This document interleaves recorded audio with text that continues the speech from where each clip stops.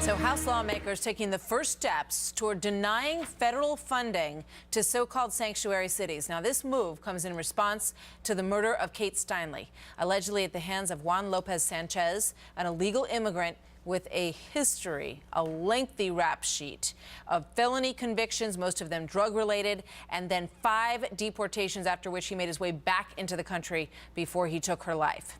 Congressman Trey Gowdy blasting the president for what he says is his inaction. The president said that he saw Trayvon Martin, he saw his son. Well, I can tell you, those of us that have daughters saw our daughters in Kate Steinle. And he's got 2 of them too. So at a minimum, he ought to pick up the phone and tell the Steinle family that I grieve for you. And you do it privately. I don't care what he says, but that'd be a nice thing to do. Joined now by Katherine Timpf, a reporter for the National Review and a Fox News contributor. Jessica Ehrlich is an attorney and former Democratic congressional candidate. Welcome to both of you. So the House has moved on this. The Senate is taking action as well. Katherine, let me start with you. Will it get through, and will it make a difference? Well, at least they're trying. Democrats they don't support the bill. Most don't support the bill, and a lot of them are saying it's because it sounds like something Donald Trump would like. They're calling it Donald's bill or Donald Trump's bill, and that's just absolutely ridiculous. Is this high school? I don't care how you feel about Donald Trump. Clearly something needs to be done here, and at the very least you can acknowledge that. Whether you agree with this specifically or not, you can offer an alternative or at least acknowledge that there needs to be something that changes. Yeah. Jessica, is it okay that more than 100 cities in this country do not pay attention to the immigration laws that are on the books? Well, I don't think that they're not paying attention. They've got, the sanctuary in fact, it's cities quite deliberate. They're ignoring them quite deliberately, in fact. You're right.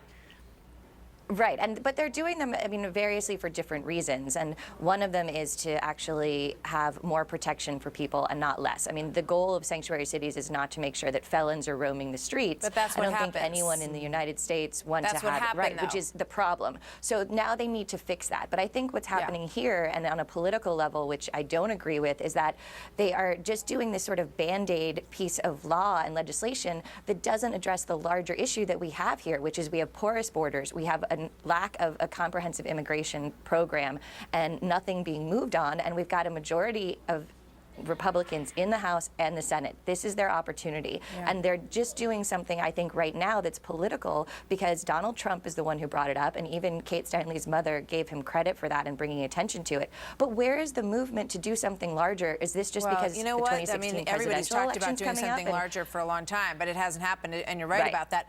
Exactly. But cutting off the funding to these cities, it's something that they will feel. When they don't get that money, they will feel it. And will they change their ways because of it is the question. Hold on, let me finish, please. So, when Trey Gowdy says, sanctuary city, sanctuary for whom?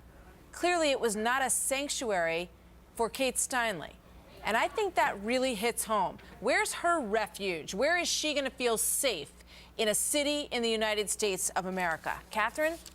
It's really disgusting how the whole thing has been treated. Like he also said with Obama not really reaching out to the family.